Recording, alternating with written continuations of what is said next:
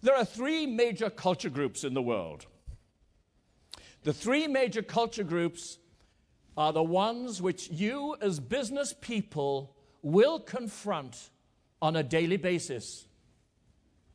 It is just as important for us to understand the culture group that we belong to and that we operate in as it is to understand the culture group of other people.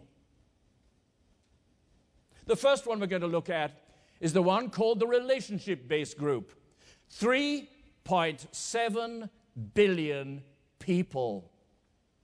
The largest culture group in the world. Over half the world population. And if you aren't dealing with this culture group, then you shortly, hopefully, will be. You can't avoid them. Latin America, Africa, and the Mediterranean countries, and the Middle East. India, and of course the surrounding countries to India, Pakistan, and the lower stands, and parts of Southeast Asia. So what are the ingredients of being part of the relationship group? They are very specific, and you'll be able to detect them. You'll recognize them as we come to them. The first one is a very obvious one, actually. They work to live. They work to live. To some extent, they are unscheduled. In a comparative way, they're unscheduled. And of course, the most dominant feature of this group is that they are highly relational. They are not necessarily transactional.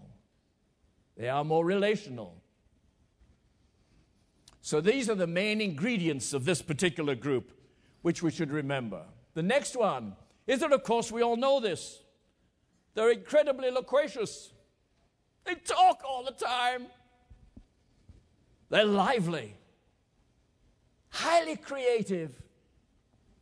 But time is not a priority.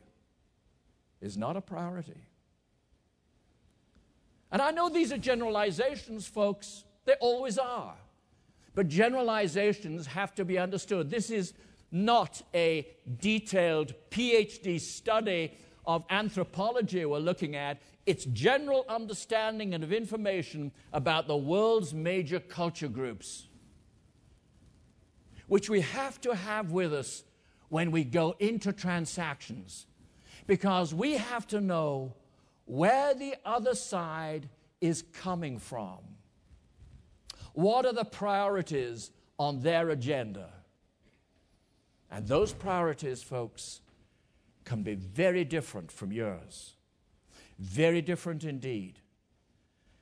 Many, many a deal has been broken because we don't understand where the other side is coming from. You've seen it. We know it's there.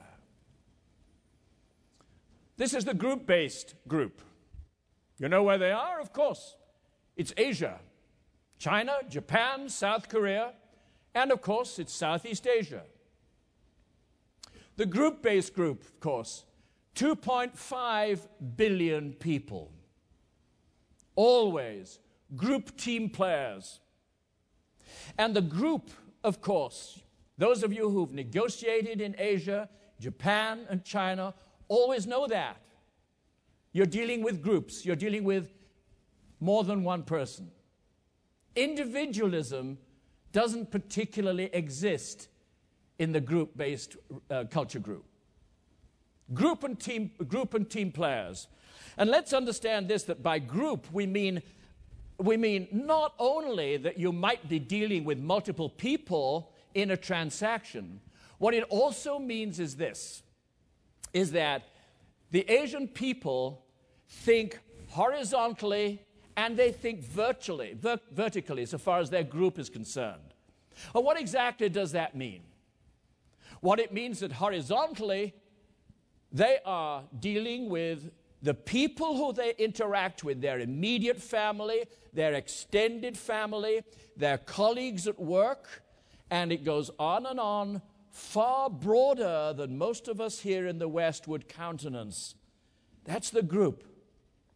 The vertical group is the upwards are their descendants, and the downwards are their ancestors, are their people following them.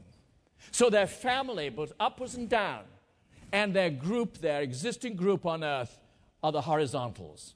That's the group that we work with when we deal with the group-based people. And how they are as respectful listeners also.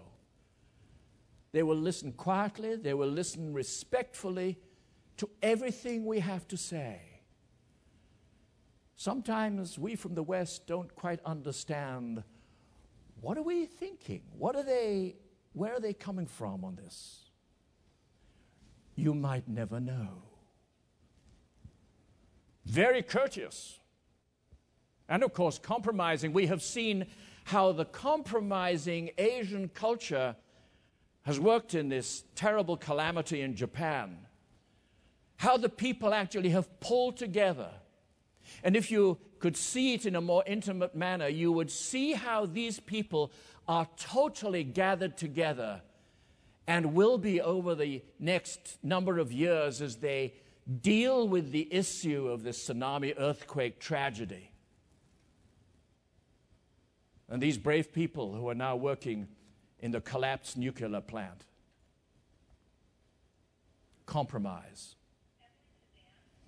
So that's there. Respect for elders. We all know that. That's here in this group based in the Asian culture group, the respect for elders is profound. Which also leads them to the belief in hierarchy. Which leads them to belief that there is an order in everything. That there is a structure that must be obliged and obeyed.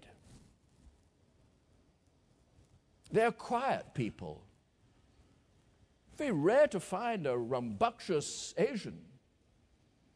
They're joyful, they're happy, but they're essentially quiet and respectful. And of course, the concept of time with the Asians is everything in its time. It's a circular motion with the Asians. And of course, looking back at their 5,000-year history in China, they know that everything happens in its time.